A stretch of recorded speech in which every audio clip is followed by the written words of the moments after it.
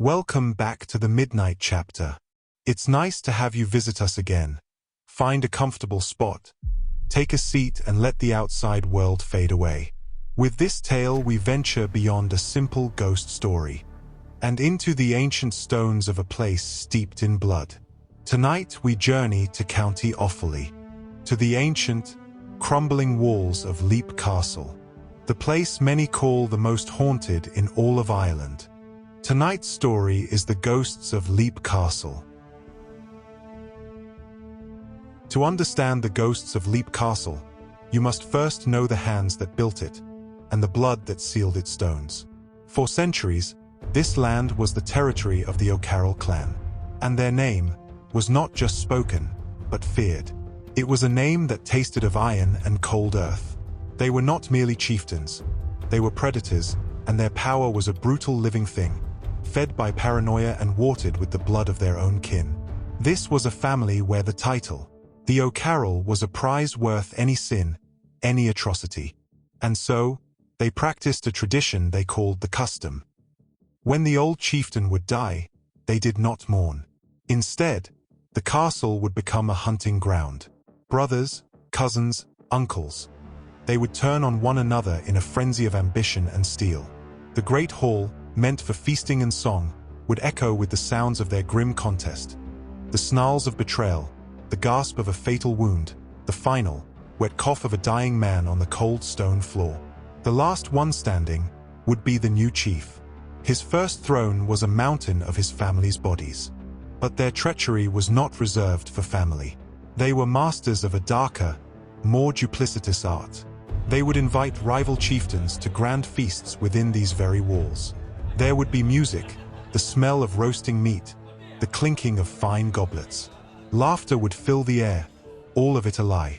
For, in the shadows, the O'Carroll men waited. And when the wine had flowed and trust had been carefully built, the signal would be given. The music would be cut short by the shriek of drawn swords. The guests, who moments before were friends and allies, would be cut down where they sat, their blood seeping into the rushes on the floor. It was a lesson in O'Carroll politics. Trust was the sweetest poison, and hospitality was a weapon.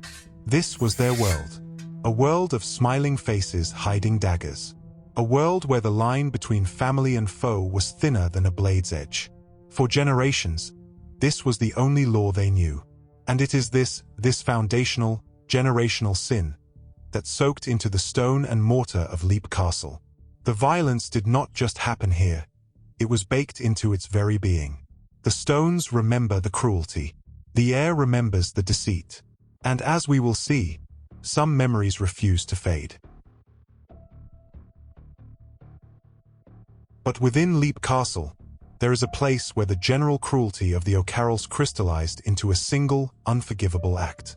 A place where violence committed was so profound, it did not just stain the floor, it tore a wound in the fabric of the world itself. This is the room they call the Bloody Chapel. Imagine it. The chapel was meant to be a sanctuary, a place for prayer, for forgiveness, for the quiet solace of a soul. The scent of incense would have hung in the air. The soft light of candles would have danced on the stone. And here, during a holy mass, with prayers still hanging on the air, one O'Carroll brother turned on another. It was not a battle in a field. It was an assassination. An act of fratricide, of Cain and Abel, performed at the very foot of the altar, upon the one spot meant to represent divine grace and mercy. The blade did not just pierce flesh, it pierced the very idea of sanctuary. It was a crime against family, against God, against nature itself. And the stories say that from that act, from the pooling blood on the sacred stones, something was born. Or perhaps, something that had always lurked in the shadows of human evil was attracted to the residue of such a sin. They call it the elemental. It is not a ghost. It is not the spirit of a man. It is something far older and far, far worse. A primitive creature of pure, conscious malevolence.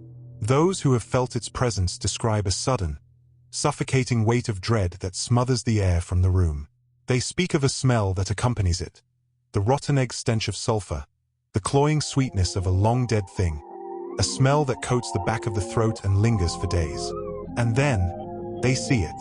A shapeless mass of blackness, darker than any shadow, that seems to drink the light from the room. It has been described as a hunched, ape-like figure, and as a formless cloud of pure hatred. It has no discernible face, no human features, only a palpable, intelligent hunger for fear. To be in its presence is to feel your own sanity begin to unravel, to feel a primal, shrieking instinct to flee from a thing that should not exist in God's creation. The bloody chapel was not just the site of a murder. It was a forge, and the O'Carroll sin was the hammer that shaped a nameless horror into a permanent resident of Leap Castle. The elemental is their true legacy, a living, breathing monument to their evil.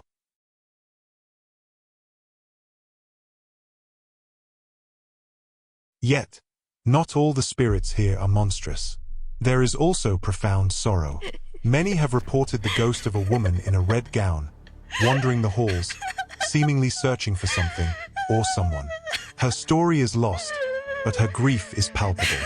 And then there are the children.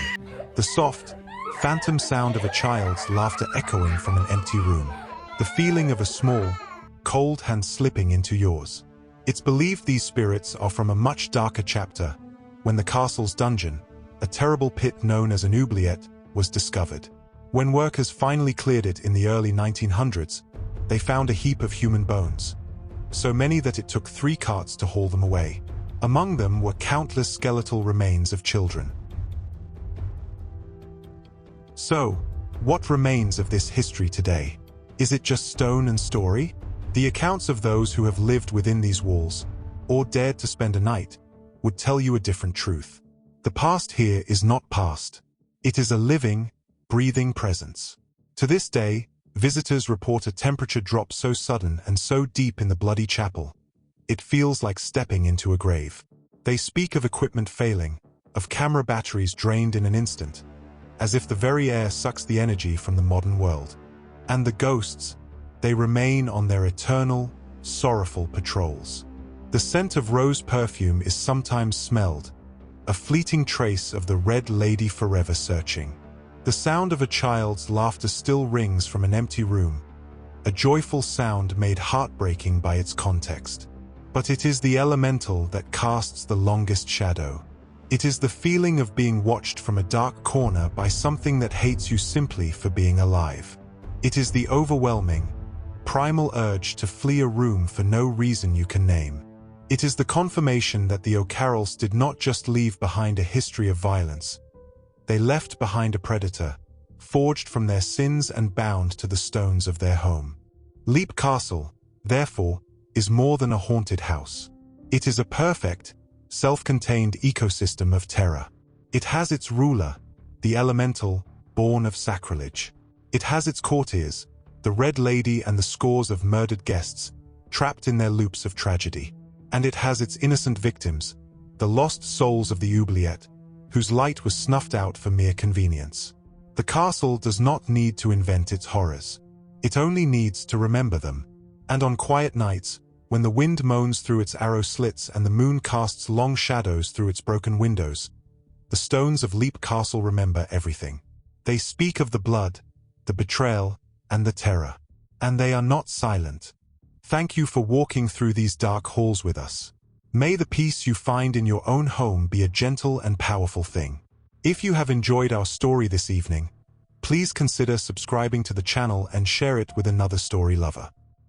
Until next time.